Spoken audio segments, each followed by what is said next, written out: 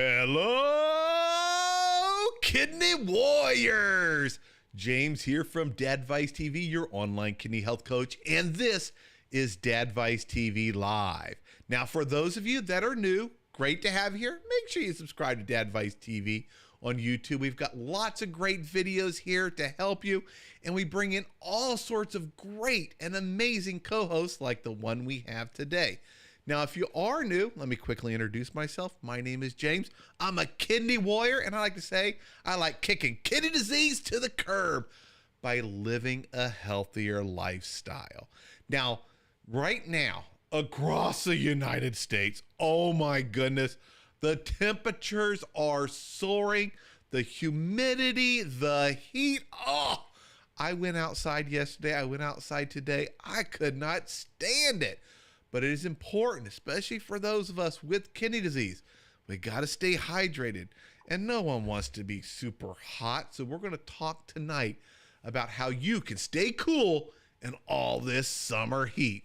Now, to help us talk about this, please welcome back, give her a great big giant howdy doody. Please welcome from plantpoweredkidneys.com, renal dietitian, Jen Hernandez. Hey, Jen. Hi, James. Hey, everybody. Very thrilled to be back. And yeah, it is definitely toasty out there. And I'm thrilled that we're going to be talking about this and how to take care of yourself in this summer heat. But before we dive in, just in case you don't know who I am, my name is Jen Hernandez. I am a renal dietitian. I am the founder behind Plant Powered Kidneys. And so what we do is we help people in all stages of kidney disease protect their kidney health so that they can keep living life, keep enjoying, not stressing about food, what to eat, or what it will do to their kidneys. We really focus on kidney protective health measures through good nutrition. So you can find our information at plantpoweredkidneys.com. You can join our free Facebook group, which is just doing so well, always growing, always has great feedback and support. The success stories, the love that gets shared in that group is just always really, really nice and inspiring. So if you're looking for a free support group, we have the Plant Powered Kidneys Facebook group for you to join. And we just opened our wait list for the next Plant Powered Kidneys course. We run this program several times a year, and we're getting ready to run our summer class, which will start up in July. So if you're interested in learning more, if you want to hear stories from previous students, if you want to know what the program is about, you can go to our website under our services and you can join the wait list so that you stay in the loop and you get special offers, early access, discounts, bonuses to enroll in the program. So those are some opportunities that you have to learn more about what we do and to learn about a plant-based diet to protect your kidney health. Awesome. And I want to give another quick plug for the Plant Powered Kidneys Facebook group. Hey, everybody, I know a lot of you are thinking, hey, what can I eat or what can I make with the food that I can eat?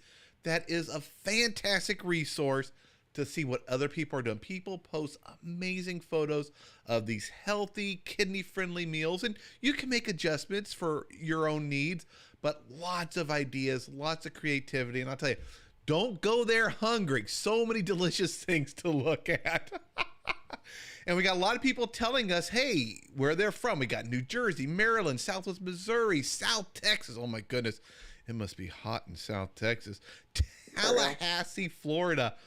Before we get started, Jen, I want to ask everyone out there, how hot is it today? Now, I'm here in Cincinnati, Ohio. Consider the north, so it should be pretty cool. We hit 94 earlier.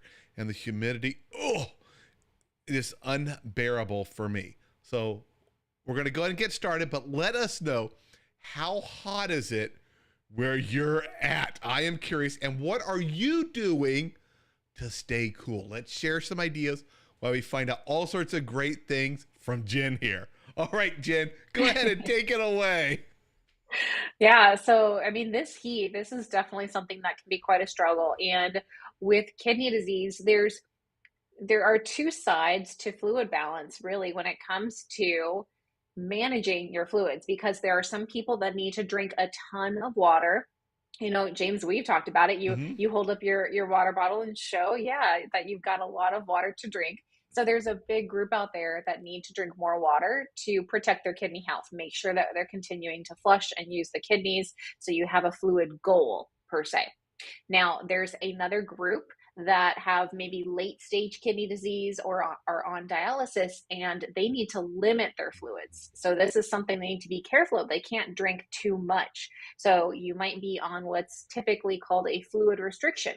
So if you're on a fluid restriction, you're directed by your healthcare provider to only drink a certain amount of liquids. And when I say liquids, we're not just talking water, and we'll dive into that a little bit too.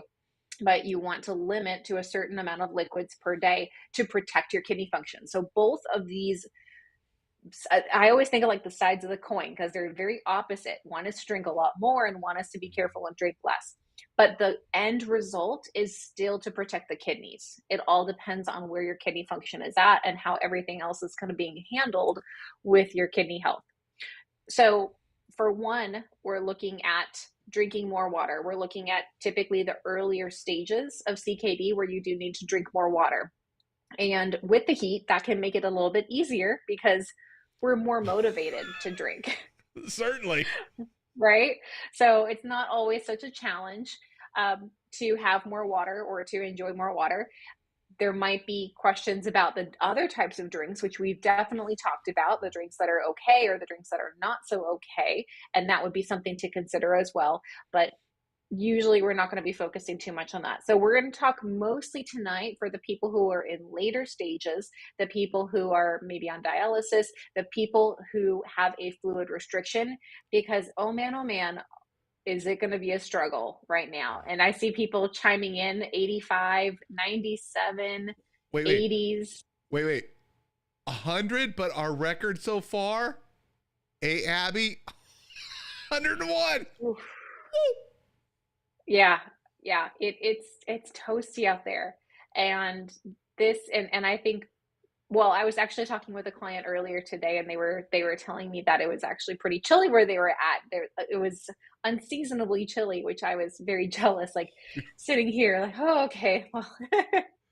But for a lot of us, it is very, very warm outside. So if you are in a later stage or if you've been directed to limit your fluids, this can be incredibly challenging right now because you have literally this heat bearing down on you that you feel the need to drink more water. But what's really, really important to remember is if you were directed to limit your fluids, drinking more over your fluid restriction is not going to be helpful. It might be satisfying in the moment where you're drinking more water and it more instantly quenches your thirst or helps you cool down, but in the long run it can lead to more problems. It can lead to swelling, it can lead to that edema, it can lead to blood pressure issues because of all of that fluid. There can be a lot of problems, and then the strain on the kidney, of course. So it's really important that you stick to that recommendation for your fluids. And what I'd like to chat about are some things that we can do when we're on a fluid restriction that can help us feel cool, but not count towards more fluid in our daily fluid tracking. Okay. And I'll tell you, I've spoken to a lot of people who their doctors have ordered them onto a fluid restriction, and I'm thinking, I don't know how it's possible because of how much I'm used to drinking now and the fluid that's in a lot of the food we eat. So I'm eager to find out how to cool off without adding more fluid. Yeah. Yeah. This is something that I'm very, very familiar with talking about and with teaching from my years working as a dialysis dietitian. That was kind of, I didn't even really talk about that in the beginning today, but that's where I started my work with kidneys and helping people with kidney disease was in dialysis. And that was where we had that conversation a lot because I would have patients come in for their dialysis treatment and they would be 4 or 5 kilos, which is about 12 pounds or so over their dry weight, over their set weight, meaning they had about 12 pounds of fluid that was sitting on them, dispersed through their body or sitting in their gut, or collecting in their ankles. And sometimes people would see the swelling from this. So with that, we really wanted to be careful, and dialysis does take fluid off, but there's only so much it can take off safely.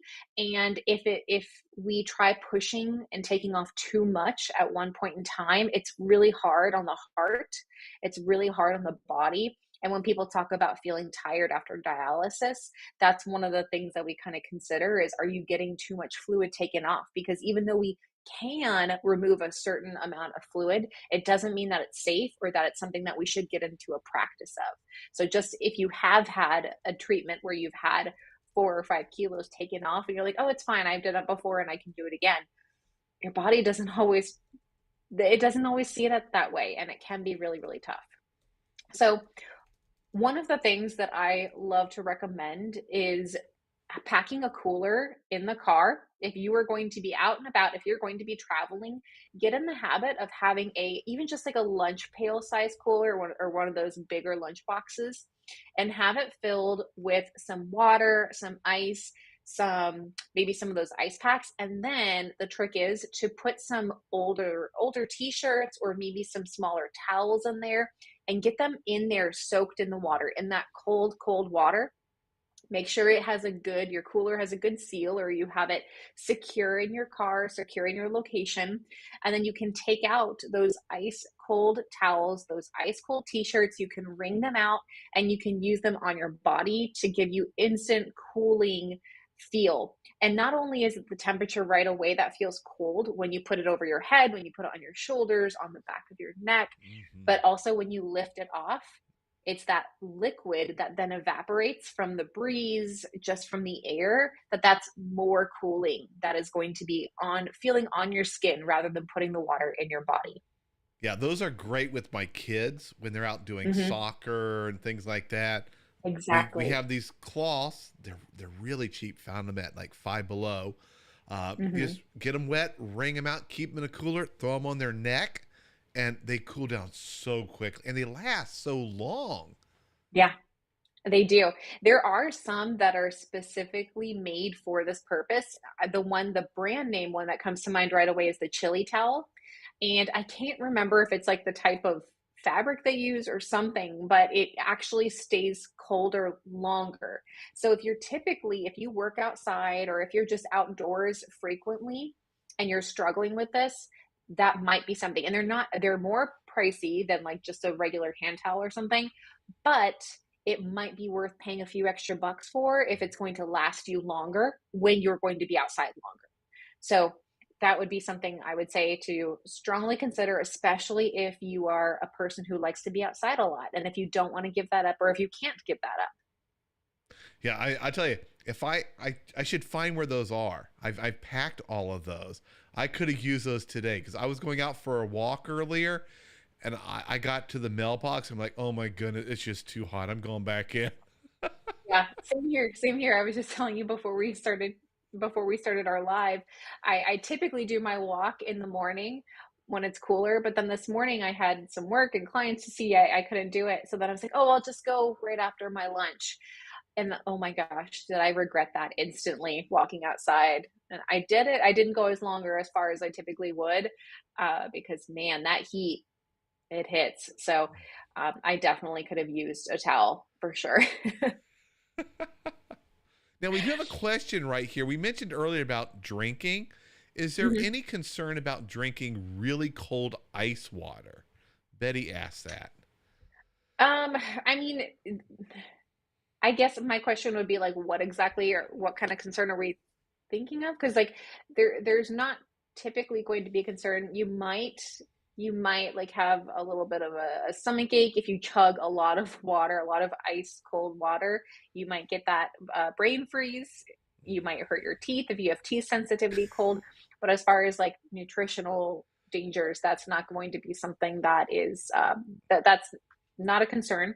But along that line, it is important to know that if you're on a fluid restriction, like I mentioned, it's not just the water that counts with your fluids, but it's other types of liquid, including ice, which sometimes we forget is a liquid. It's a solid when we have it, but it melts into a liquid. And the typical ratio is a cup of ice would equal a half a cup of water. So think of it as cutting down the half in volume. Um, and this is another thing that we would have patients that would say that they eat ice because pica, which is a medical term for somebody who craves non-food items, people can crave ice. And this is quite common in dialysis. So we would hear this all the time, that people would be craving ice, and it adds up and they don't realize it. They would go buy the big, what is it, Sonic, that they would sell their special Oh yeah, little yeah, yeah, yeah. ice, right? Yeah, yeah, yeah, yeah. They would go out and buy bags of this special ice and eat that. But that would be, they say they would have 4 or 5 big cups of that, and that still comes out to half their day's fluid allowance just from that, not even counting any water that they actually drank. Yeah, and I'll tell you, for me, now I do not have a fluid restriction. If the water's at room temperature, I find it difficult to drink. The Mm-hmm. colder it is, the easier it is for me to drink. I can, Mm-hmm. if I need to get a lot of water in, make it super cold and I can consume it really easy. So that may be a concern. I don't know if other people are like that. If the water is really cold, if it was me and I had a restriction, I could see me overdoing it because it's so much easier for me to drink very cold water. Yeah, and it's a very like it's a personal difference, personal preference. I'm the opposite. I don't really like cold. I mean, cold water is good, but I prefer room temperature water, and that I can guzzle down really easily. So yeah, it's different for everybody. But if you do have something where you're like, oh, I could definitely take in a lot of water, whatever way, room temperature, hot, cold, whatever, keep that in mind for yourself. And if you need to be careful with your fluids, that's something to be mindful of, and maybe just practice not serving yourself your water in your more favorable way if you need to limit your fluids. For those of you that need to drink more water, now's a great time to do it.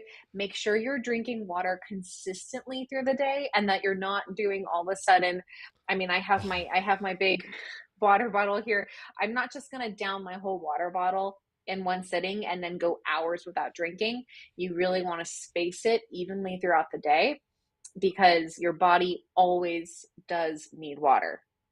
yeah, that's why I always carry this around. I just filled it up right before the show, and I sip it all day long. And I do 3 of these by about 9:30 at night.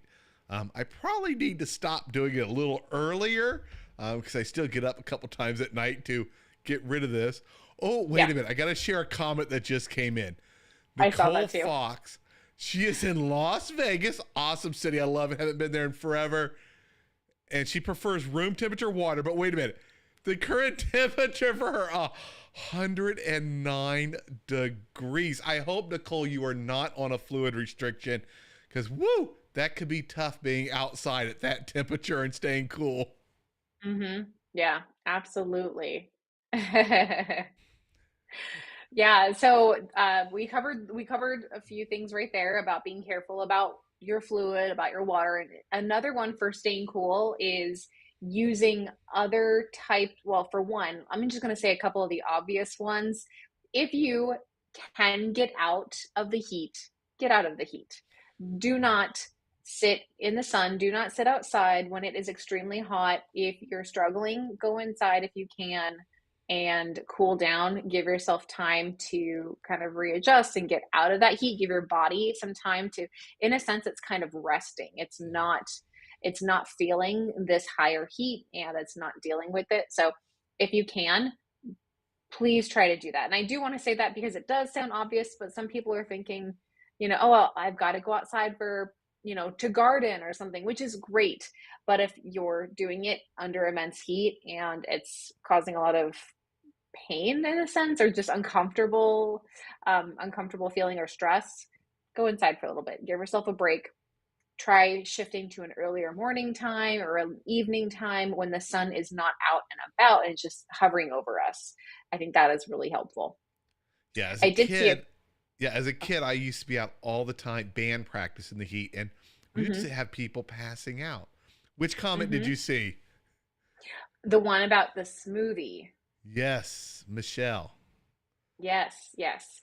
So let's see, we're talking about calculating the smoothie into a fluid equation because of frozen fruit and coconut water and then ice pops. So here's an example. Frozen fruit is not going to be, it does have some liquid, but there's not as much of a clean conversion like there is with the ice, because the ice is very easy. Any frozen liquid that's entirely liquid is going to be easier. But something like frozen fruit is not even, I would say, 20% or so. It's going to be a lot less. But the easiest way to calculate it, honestly, is to measure out your smoothie and take that as your fluid amount. So if you make a smoothie and it's a 12-ounce smoothie, count that as 12 ounces of fluids, because you are creating it into a liquid when you're blending it, when you're making it into something that is more liquidy, if that makes sense. So I would say just make it easy for yourself to look at that as 12-ounce smoothie, 12 ounces of fluid. Done deal. Yeah, The and frozen pops. Oh, go ahead. No, go ahead. I was just going to say, she asked about the frozen pops as well. Those will actually have on the packaging on the front, it will tell you how many milliliters or how many ounces the popsicle is. And that is the amount of fluid that you would count. Because again, if you put it out in the sun, if you put it on a plate, stuck it out on your patio, it's going to melt entirely. So that milliliters or ounces that is on the package per popsicle would be the amount that you want to consider. Now, Alicia had a great comment that I'd like for you to comment on because it's a very important one. Alicia said, I thought all CKD patients had fluid restrictions. Oh, yeah. Yeah, this is a great point that we should definitely discuss. So, we know that there are different stages of kidney disease. There are different causes of kidney disease. There are people on dialysis, there are people not on dialysis. This is not, the renal diet in general is not a one size fits all situation. And this goes for fluids as well. A very specific example would be somebody who has kidney stones, and they might have chronic kidney disease. They have kidney stones. The people who have kidney stones are often encouraged to drink 3+ liters of water per day. But somebody on dialysis could be encouraged to limit to 1 liter per day. Very, very different. So, just like we've talked about other types of food in the diet, we've talked about other nutrients and things to consider. Don't assume that you should be limiting something just because somebody else that you know who has CKD, or in the chat groups and in Facebook groups and all over the place, just because somebody's doing it doesn't mean everybody should be doing it. That goes for all recommendations, all things across the board. You always want to get it clarified, because what can happen in this example, just like others, if you are limiting your fluids and you're not supposed to, you could be doing more damage to your kidneys. So it goes both ways. If you are following a fluid restriction when you shouldn't be, you could be harming your kidneys. But if you're supposed to be on a fluid restriction and you're not following it, you can also be damaging your kidneys. So it's very, very important to clarify these things with your healthcare team and get it. Well, in the Plant Powered Kidneys course, we have a one-page diet review for them to go through and get exact numbers, get exact information, and find out, okay, how much should I be on? Should I be drinking more or less? What is it that I should be doing? Make sure you get that all clarified from your healthcare provider. And many times they'll put it in writing, they'll put it in their notes for you, they'll put it in their chart. Many of us have access to electronic health records now, so you can look up this information and see it in writing, whatever the recommendation is. Based on your experience, when do doctors typically start requesting fluid restrictions for a person? It will typically happen in the very late stages of chronic kidney disease. So we're talking possibly stage 4, and even then it's a possibility. I don't see it all the time. Stage 5, gearing up for dialysis, if someone's preparing for that, it really comes down to the lab review and the symptom review. Just like we've talked about from other things, that we really pay attention to how a person feels and what their body is telling us. So those are the things that we'll be looking at first before we jump into a fluid restriction to see if it's necessary. Because again, fluids are very important early on to make sure the kidneys are getting enough. And there's also medications that can impact how much fluid our body gets rid of. If we're on diuretics or certain blood pressure medications that get rid of fluids, help us get rid of fluids, we might need to be drinking more, or we might need to be limiting it to prevent more work. There's so many different factors that it's hard to say what everybody or what even a person should do without a full review of what's going on with their situation. Yeah, the important thing is, no matter what you see on Facebook or online, your doctor, your healthcare provider is the one that'll let you know when it is time for you to be on a fluid restriction. That time may never come. They're the ones that'll let you know. Mm-hmm. Yep, exactly. And then there was another question I saw that popped up from Earl, asking, should people get, let's see, should people that get CKD from high blood pressure restrict fluid? It's going to be the same thing, that it's not necessarily the case. It's going to depend on the stage, any symptoms, even the blood pressure. That might not be something related to drinking less water. It could be something more related to salt. It could be something related to medications. It still could be drinking more water is helpful to help the medications work better. So high blood pressure in of itself with CKD is not going to be a reason, because restricting fluids might cause the body to want to hold on to fluids, and it might try to work on increasing the blood pressure if it has a low volume of fluid. So it's going to try to work around not getting enough. But anytime that any of us try to duct tape a project together, it's not always going to turn out the way we wanted it to. So we don't want to try to fix it with alternative ideas that might not help. Yep. There was one other comment I would love for you. I'd love to just touch on, since it just came up, and I'd like to get it before Martin leaves in case he doesn't stay for the whole show.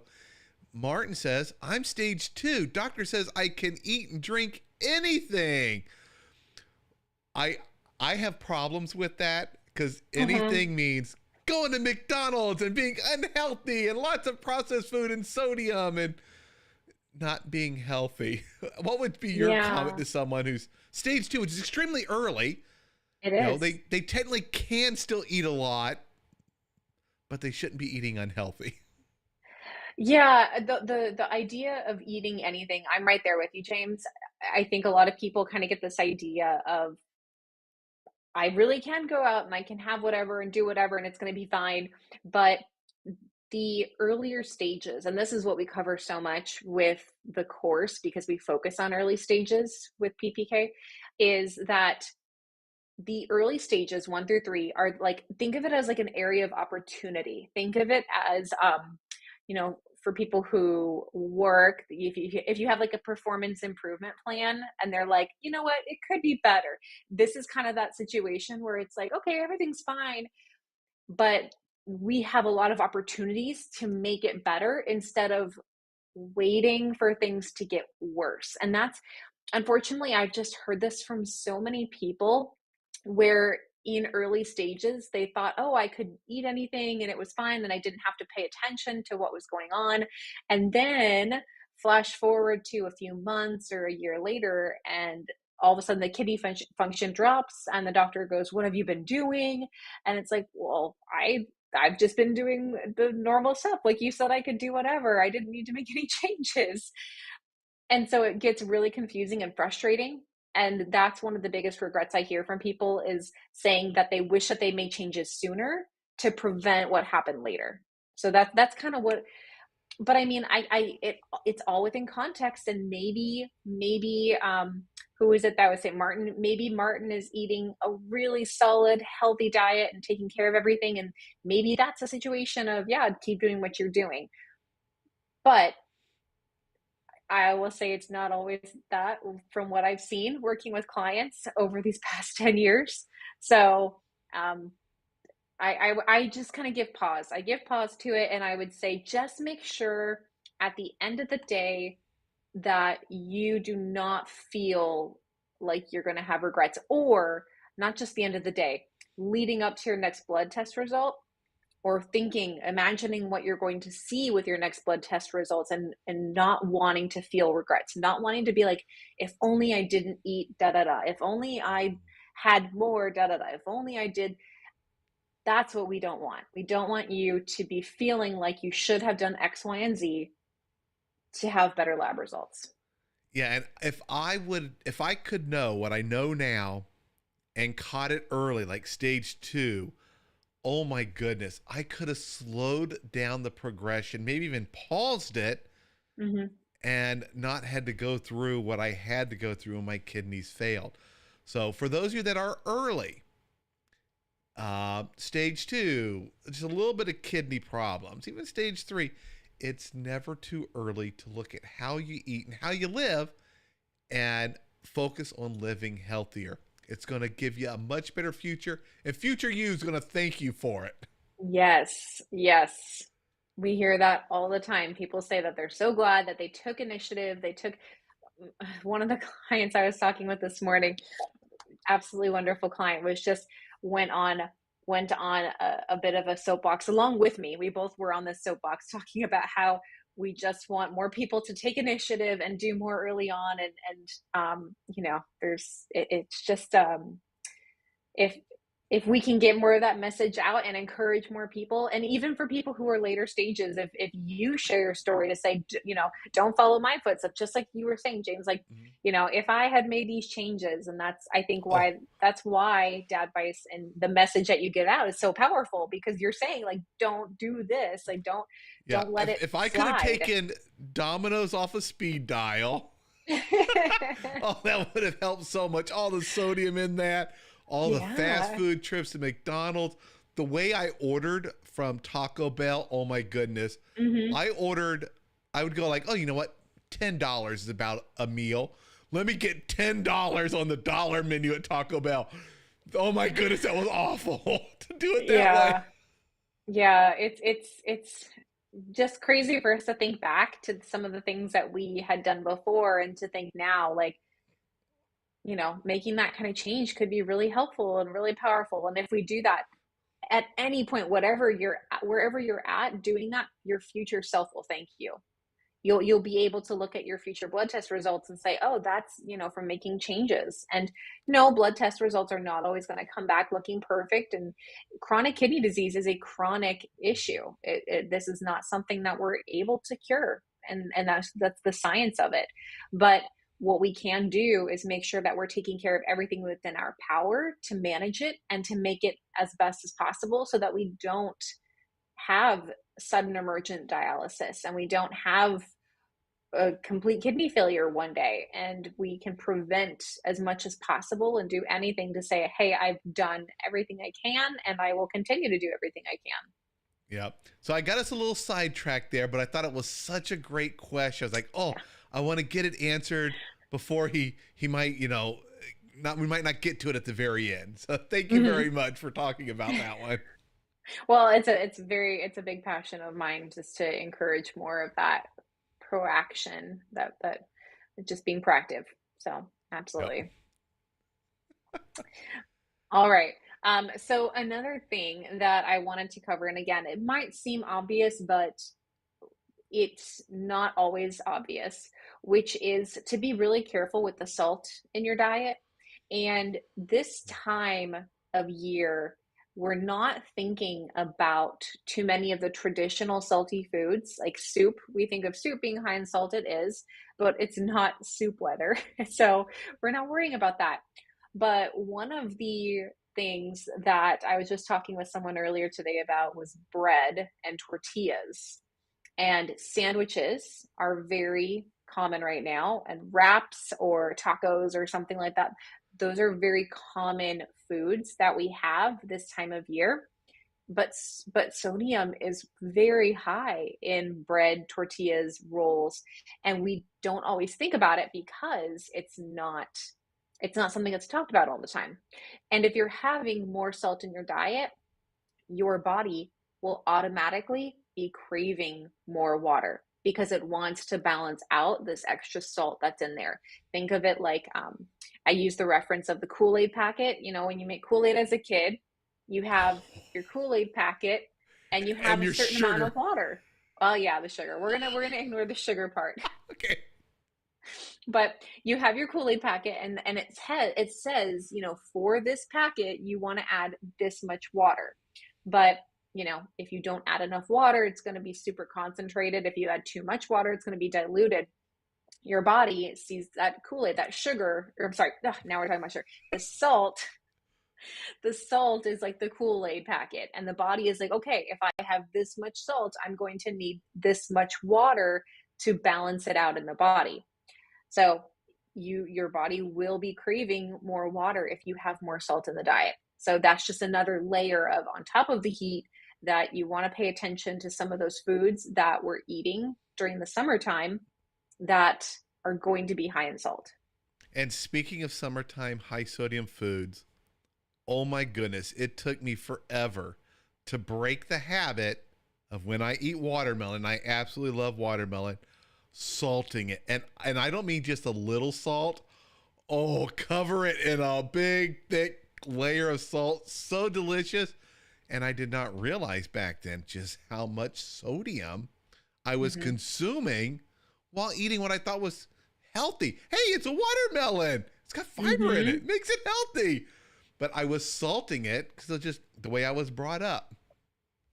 Yeah, and that's a great example, not only of the salt, but also getting water from non-liquid sources, because watermelon, in the name, it says water. We know that there's liquid in there. So there are certain fruits and vegetables that are very, very water heavy. Another example would be cucumbers.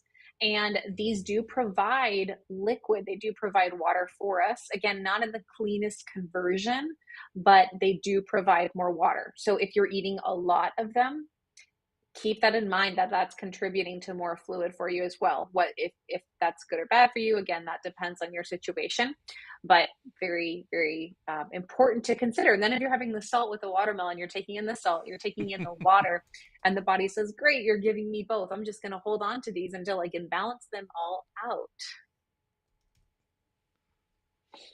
I wonder if anyone Uh, else out there loves salt on their watermelon. oh, I bet. I'm sure. I'm Ooh, sure. Kathy says watermelon with arugula and goat cheese. That actually sounds kind of interesting. Yeah, watermelon is great to add into salads. Yeah. All right. So, another tip to pay attention to when it comes to taking care of your thirst or of fluids during this time, and this one kind of applies all year round, but it's really important and it's not something that we think about very often, but that is blood sugar control. Now, diabetes is one of the top causes of kidney issues, the top cause of kidney issues.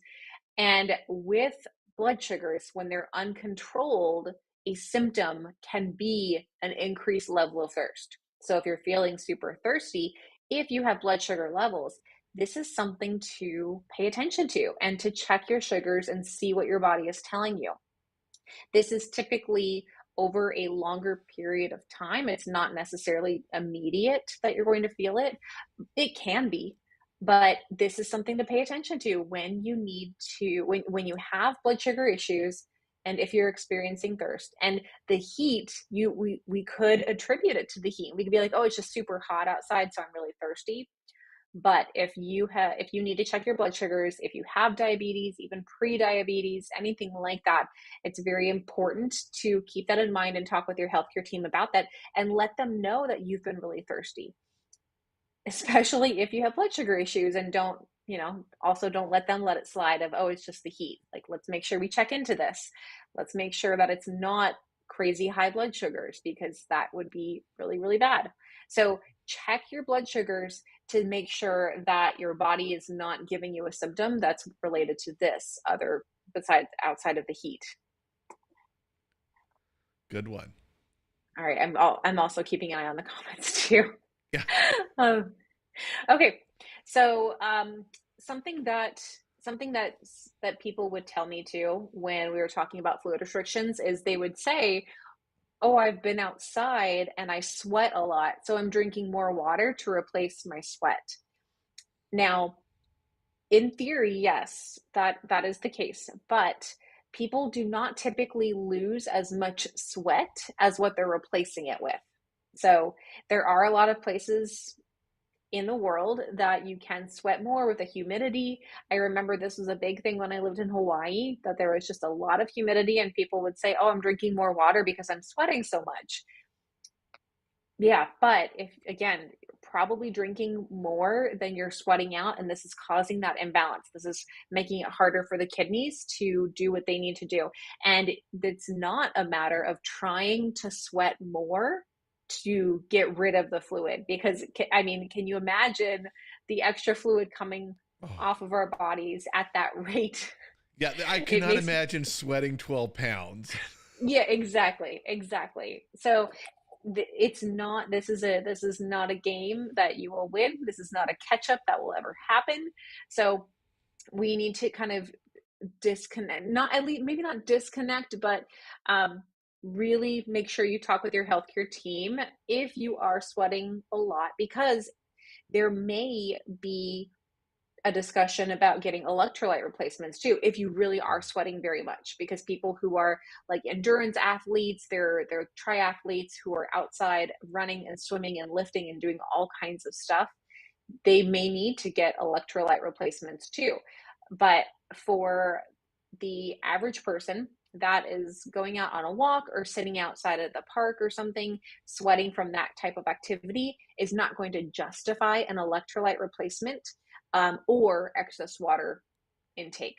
So these are things to really pay attention to and to discuss with your healthcare team to make sure that you're not causing more problems when you think that you're replacing what you're taking in, because it won't be that much. Yeah, and even, when he first said that, sweating and you're drinking more to replace, I thought, oh, that kind of sort of makes sense. But then I started thinking about it as you were talking. We really don't sweat that much. Right. And this is only 32 ounces. There's no way I sweat that much, even in an entire day. I it would be tough.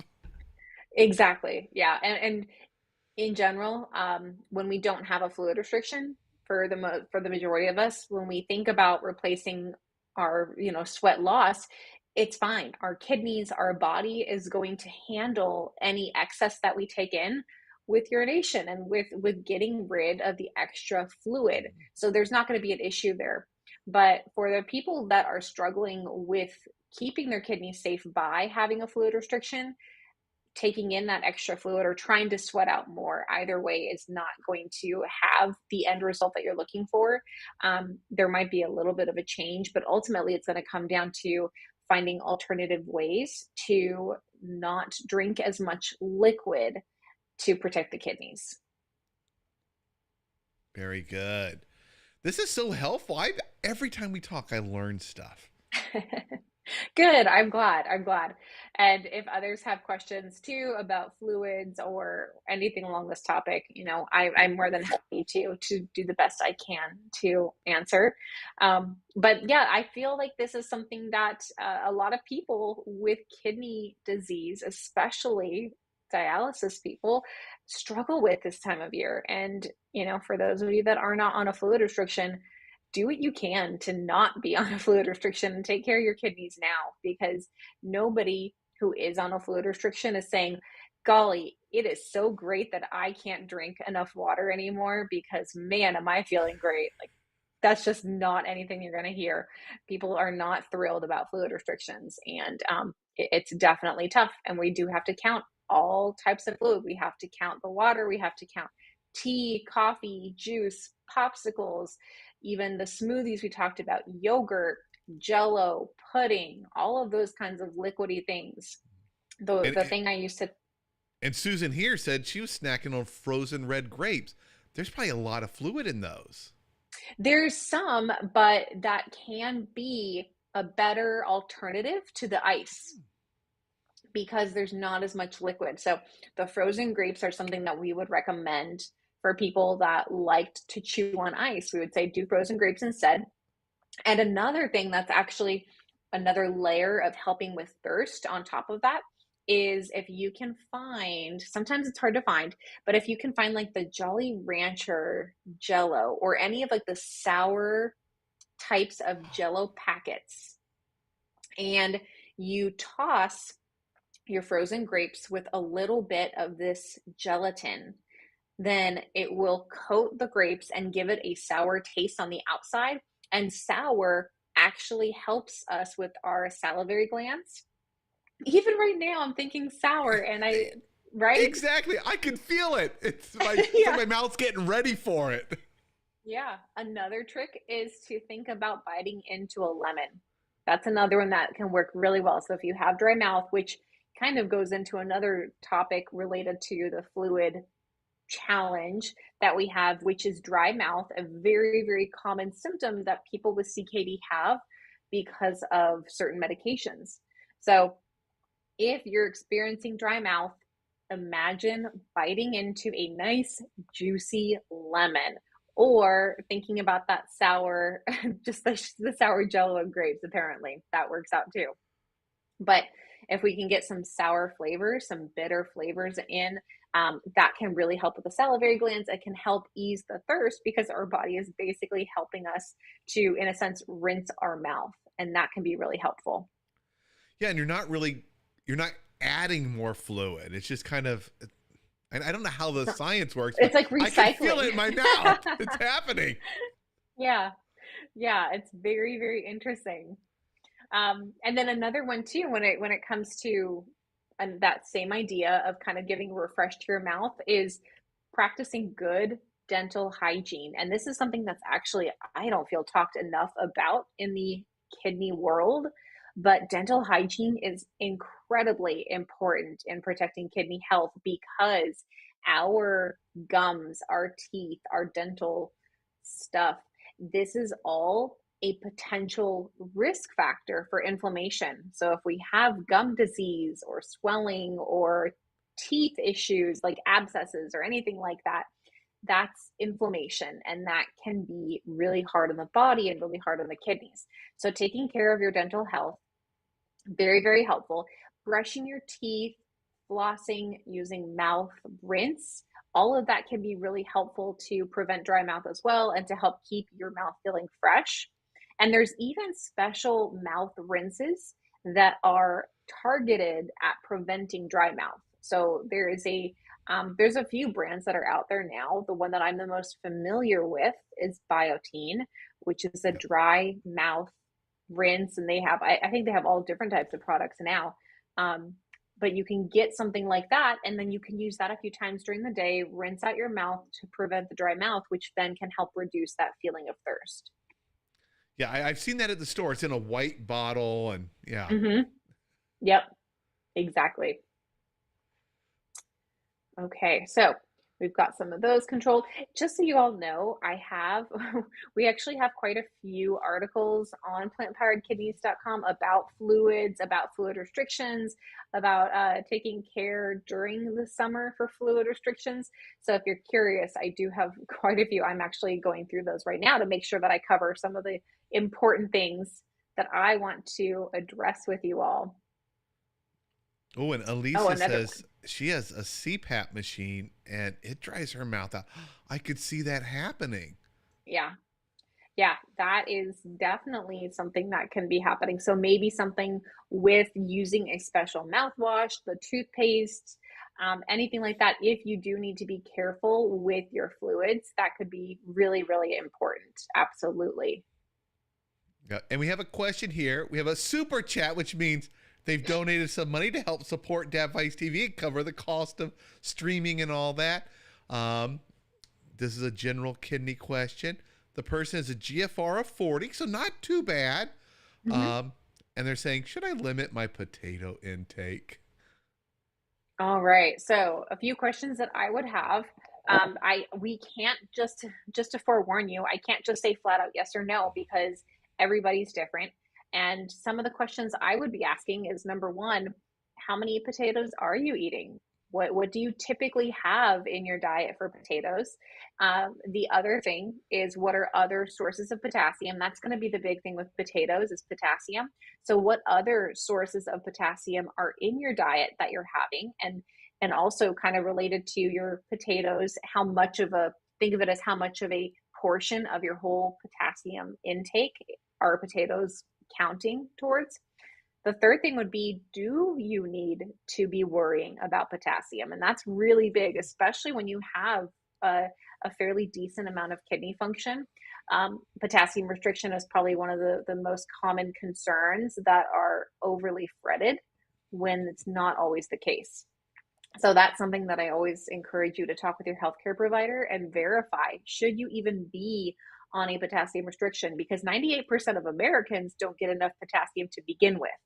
So if we're not getting enough potassium already, and then we're restricting, we're eating less potassium rich foods, we could be putting ourselves in more problems by not getting enough potassium. That's really, really good for our blood pressure. So that would be something to consider and to make sure you talk with your healthcare provider about. Somebody mentioned soaking potassium and, Or soaking soaking potatoes. Yep. potatoes. Lisa. Yeah, which soaking potatoes can help reduce the potassium. The gold standard is double boiling potatoes, and that can cut potassium down by about 50%. But again, doesn't need to be done. And that's going to be an individual question for everybody to be thinking and asking their own healthcare team about. Should they be restricting potassium? If so, what would be the daily allowance that you should be having? So it's not just a yes or no question. It's, if you need to restrict potassium, what should your potassium goal be? Because nobody, literally nobody, is on a 0 milligram potassium diet. Okay. Yeah, and kind of add some of my insight to this. I just want to remind everyone, your doctor will let you know if you need a restriction.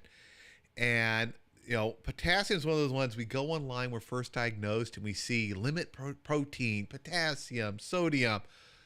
Limit doesn't mean cut all the way out. I made that mistake at the beginning with sodium. I attempted for a week to do 0 sodium a day.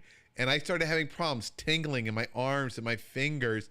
And I went too low of sodium, and there's a nervous impact. And I had no clue about that. Any restrictions will come from your doctor. And the way I like to look at diet, and this is how my dietitian helped me, is I'm going to have an allowance. I have a minimum amount I need to get, and then a maximum. And I have this allowance, and I can eat what I want as long as I stay within those limits. But I got to look at everything. And when I look at something like, hey, if I want an avocado, that uses up a lot of my allowance. So I'm going to have to be careful at dinner and lunch. So I kind of balance things out, and it helped me to start looking at food as nutrition and making smarter choices. And it's amazing doing it that way. I learned, you know what, if I eat fruits, vegetable, plant-based food, I get a lot of it compared to not much when it's not, when it's more processed and stuff like that. It seems to be concentrated in things. Yeah, absolutely.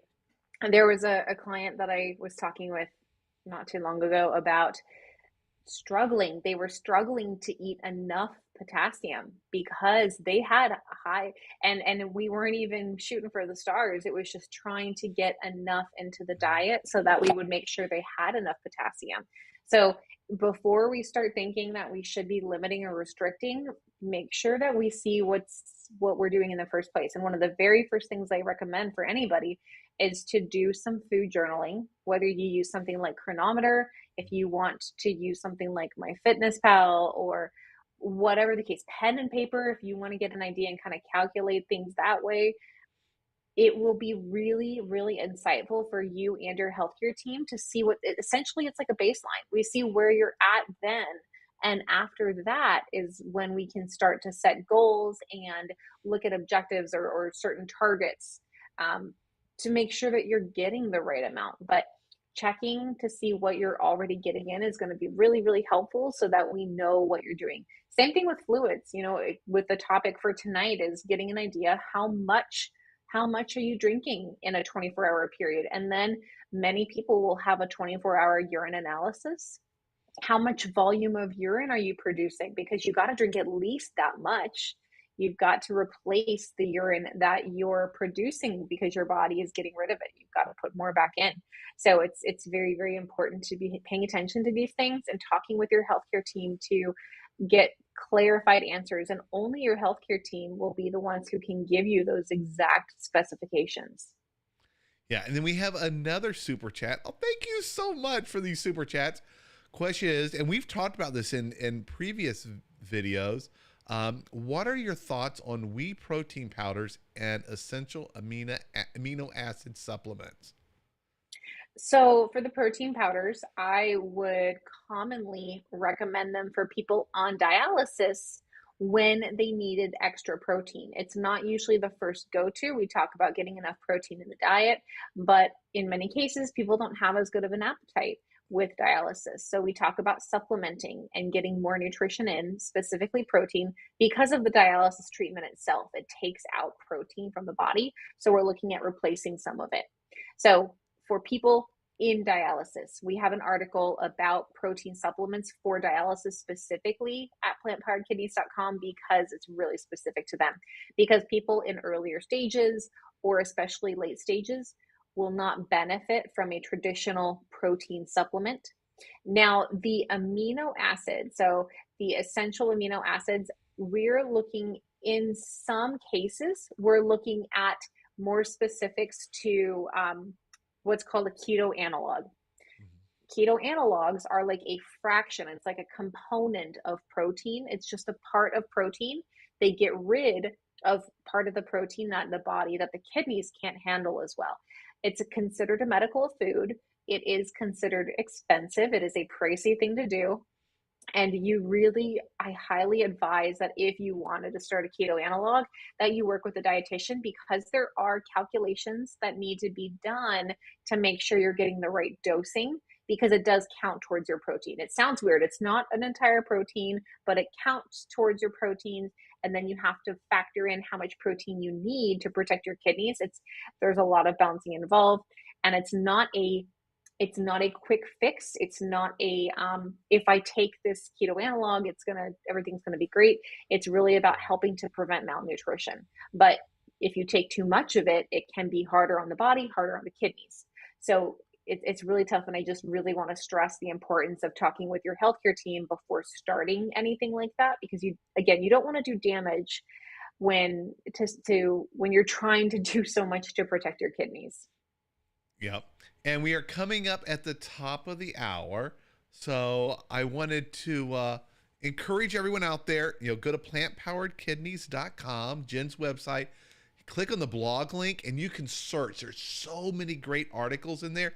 And you can leave comments, and Jen and her team see those. And your team's growing. You just told me you're getting another dietitian on your team, right? Yeah, I'm so thrilled. So, starting next month, we'll have another dietitian joining, and she is also a renal dietitian, of course. And she will be helping people primarily in the southeast region of the United States. Our dietitians, we can only, unfortunately, work with people privately in the United States just because of dietitian licensure laws.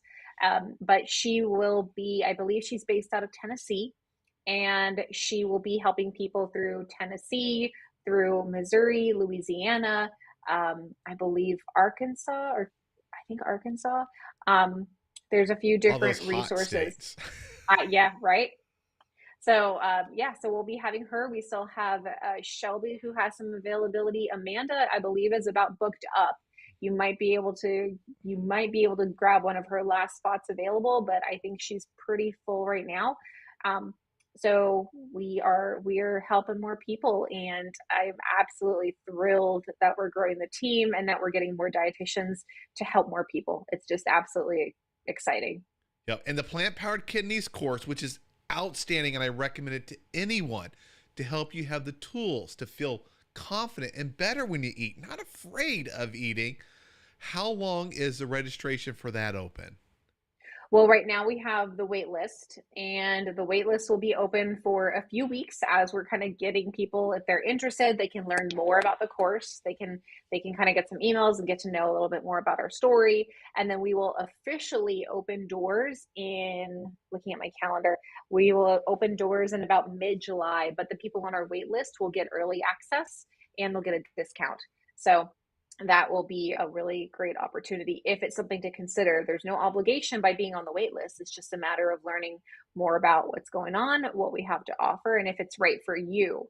Because the course is primarily aimed at helping people early stage. If you're late stage, we recommend that you work privately with a dietitian because there's less time to kind of just sit around. We've got to be really proactive and jump on things in late stage. So one-on-one with our dietitians for late stage, early stage, the course is a great option to get started and to learn a ton and feel so much more confident in knowing that you're protecting your kidneys. Awesome. And thank you so much, Jen, for this conversation tonight. And thank you, everyone out there. Now, I will be back tomorrow night with Dr. Rosansi. We're going to talk about CKD stage 3. And then I only have a few more live broadcasts this month. And then the last week of the month, I'm going to be packing up things because I am moving up to Michigan. I see Gigi is up in Michigan. I saw a few other people that were up in Michigan. I'm going to be up there in your area. So in July, I got to take all this stuff down, move it, got to get internet, get the house all set up. So July, there most likely won't be any live shows, but I'll be back in August. So make sure and catch the last few live sessions that are this month. And tomorrow is my next one. So thank you so much, everybody. Thank you, Jen. And I'll see you all in the next video. Bye, everyone.